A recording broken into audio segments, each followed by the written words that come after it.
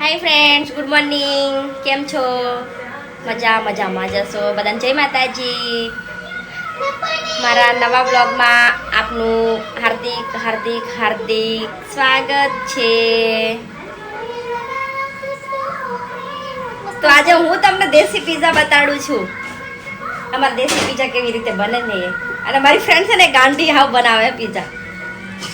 તમને બતાડું. જો આ દેશી પિઝા બનશે હમણાં. આ લોટને પાણીથી બાંધે છે, એને એક પીઝો તો રેડી થાય છે. બતાડું તમને. જો, અને એક તો થઈ બી ગયો છે. આ જો, આ અમારા દેશી પિઝા ગામડાના. કોને ખાવા છે? ખાવો હોય આવી જાઓ. આની જોડે રીંગણ બટાકાનું શાક બનશે દેશી. એની સ્પીડ જોવો ખાલી પિઝા બનાવવાની. હમણાં જ બનાવી દેશે એક પીઝો. ફટાફટ બનાવે, બહુ સ્પીડ છે. અને પીઝાનો લોટ આટલો બધો પડ્યો છે, જેને જોતો હોય લેવાઈ જજો. અમારી પાસે બહુ બધું, અમારે રોજ પીઝા બને. અને ખાવાની મજા છે વરજ. અને આ પીઝા જોડે અમારે રીંગણ બટાકાનું શાક બનવાનું છે. એની જોડે અમારે પીઝો ખાવાનો. જો આ પીઝો બનાવે છે ફટાફટ. જો કેટલો મોટો છે ને. કોને આવડે છે આવું બનાવતા? અમારે દેશી પીઝો જ અમે કહીએ ને. અમે બહાર પીઝા ખાવા નહીં જતા, પણ ઘરે જ બનાવીને ખાઈએ છીએ પીઝા બી. જો થઈ ગયો ને, કેટલો મોટો થઈ ગયો પીઝો. જુઓ તમે ખાલી. એક પીઝો છે ને, પીઝો છે કેટલો મોટો છે. કોને ખાવું છે? ખાવું હોય ને આવી જાઓ જલ્દી. નહીં તો અમે પૂરા કરી દઈશું. અને એક આ તો થાય છે, એક શેકવાનો બાકી છે હજી. અને આ તો થઈ ગયો છે. તો જેને ખાવું હોય એ જલ્દી આવી જાઓ ગાઈસ. અમે તમને પણ આપીશું જ, ના નહીં કહીએ કોઈ દિવસ. અમે ના નહીં પાડીએ. અમે જેટલા હોય ને એટલાને ખાવા તો આપીએ જ.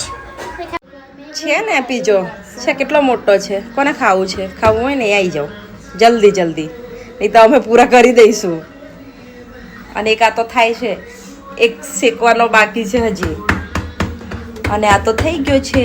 તો જેને ખાવું હોય એ જલ્દી આવી જાઓ ગાઈસ. અમે તમને પણ આપીશું જ, ના નહીં કહીએ કોઈ દિવસ. અમે ના નહીં પાડીએ. અમે જેટલા હોય ને એટલાને ખાવા તો આપીએ જ. જો આ રીંગણ બટાકાનું શાક બનશે. હવે રીંગણ બટાકા કપાઈ રહ્યા છે અમારે, એટલે હમણાં પીઝા જોડે અમારે રીંગણ બટાકા ખાવા પડશે. એટલે હવે રીંગણ કપાય છે, બટાકું કપાય છે. જોઈએ પછી કેવા બને છે. પીઝા તો બની ગયા છે, શાક હમણાં બની જશે. એટલે પછી રેડી, અમે ખાવાના. કોને ખાવું છે એ કમેન્ટ કરીને કહેજો. એના માટે પણ અમે મોકલી દઈશું બનાવીને. અને અમારા ઘરની મુલાકાત કરવી હોય તો ખાવા માટે અહીંયા આવી જજો, અને મુલાકાત બી થઈ જાય. ચલો આગળ શાક બને એટલે આપણે જોઈએ. હેલો, અમારું પિઝાનું શાક પણ થઈ ગયું છે, રીંગણ બટાકાનું. અમે જમવા બેસી ગયા છે. વાગ્યા 11:20 થાય છે, પણ અમે લોકો વહેલા જમી લઈએ છીએ, તો અમે જમવા બેસી ગયા છે. તમે જોઈ શકો છો કે મકાઈનો રોટલો છે ને રીંગણ બટાકાનું શાક ને દહીં. આ શાક બનાવ્યું. આ ખાય છે, જો તમે આ ટેણી ખાય છે. એને ખાવા બહુ જોઈએ.